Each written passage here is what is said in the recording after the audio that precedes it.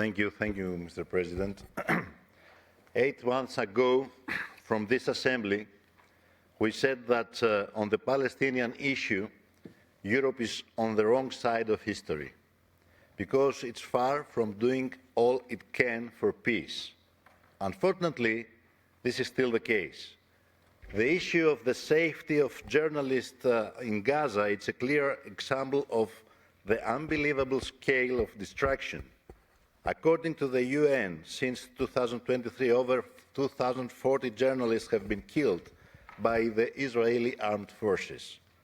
I wonder, how does a European citizen feel when, on the one hand, there are calls for harsh sanctions, even military interventions, and on the other, Europe turns a blind eye to the mass killing of tens of thousands of Palestinian civilians, in what the UN has called a genocide.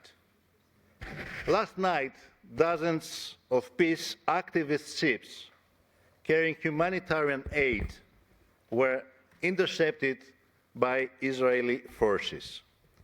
This is an act of international piracy and a severe violation of international law and the law of the sea.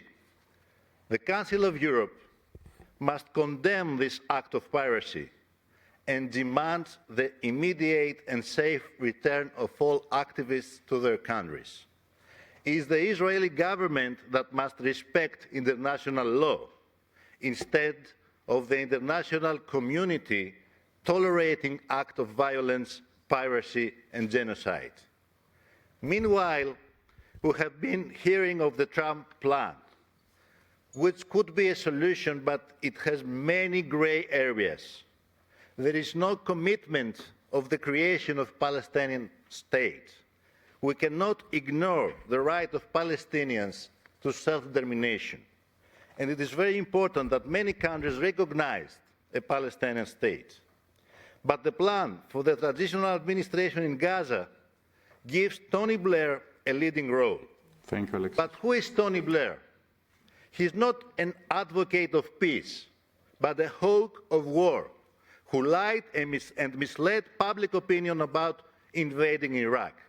So it is tragic irony that this politician wants to bring peace to Gaza.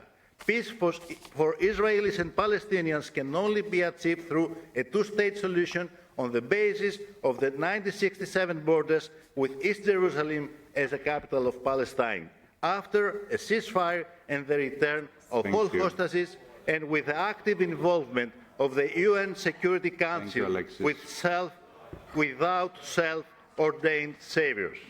So I call on European leaders to stop being passive and to take initiatives to end the war. Dear colleagues, and guarantee. I have just said that I will be a bit flexible with the political groups, the representatives of the political groups.